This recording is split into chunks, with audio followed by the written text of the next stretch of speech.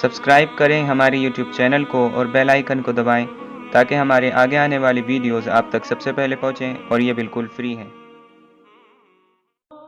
بسم اللہ الرحمن الرحیم۔ السلام علیکم۔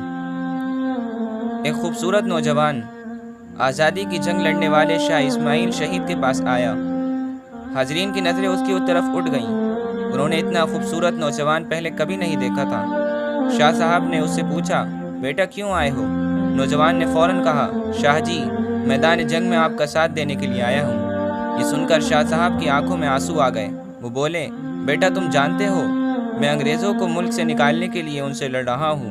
میرے ساتھ چلنا، کانٹوں پر چلنا ہے۔ آدھی رات تلواروں کی چھاؤں میں جاگنا پڑے گا، پھر کمر سیدھی کرنے کے لیے سو بھی نہیں سکو گے۔ پچھلے پہر رب کے حضور گڑ گڑانا ہوگا۔ یہ سن کر نوجوان رو پڑا، کہنے لگا، شاہ جی یہ ساری باتیں تو مجھے میری ماں بتا چکی ہیں، آپ کوئی نئی بات بتائیں۔ شاہ صاحب نے فرمایا، بیٹا جہاد کے میدان میں یہ پھول جیسے گال مرجھا جائیں گے۔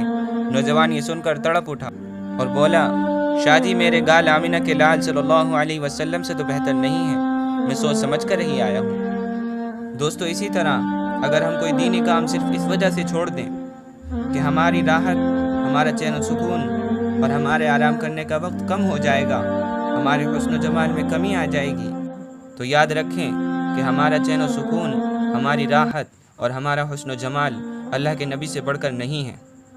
جب اللہ کے نبی نے دین کے لیے ان سب باتوں کو قربان کر دیا تو ہم کون ہوتے ہیں ان سب باتوں کا بہانہ بنا کر دین کے کام سے رکنے والے۔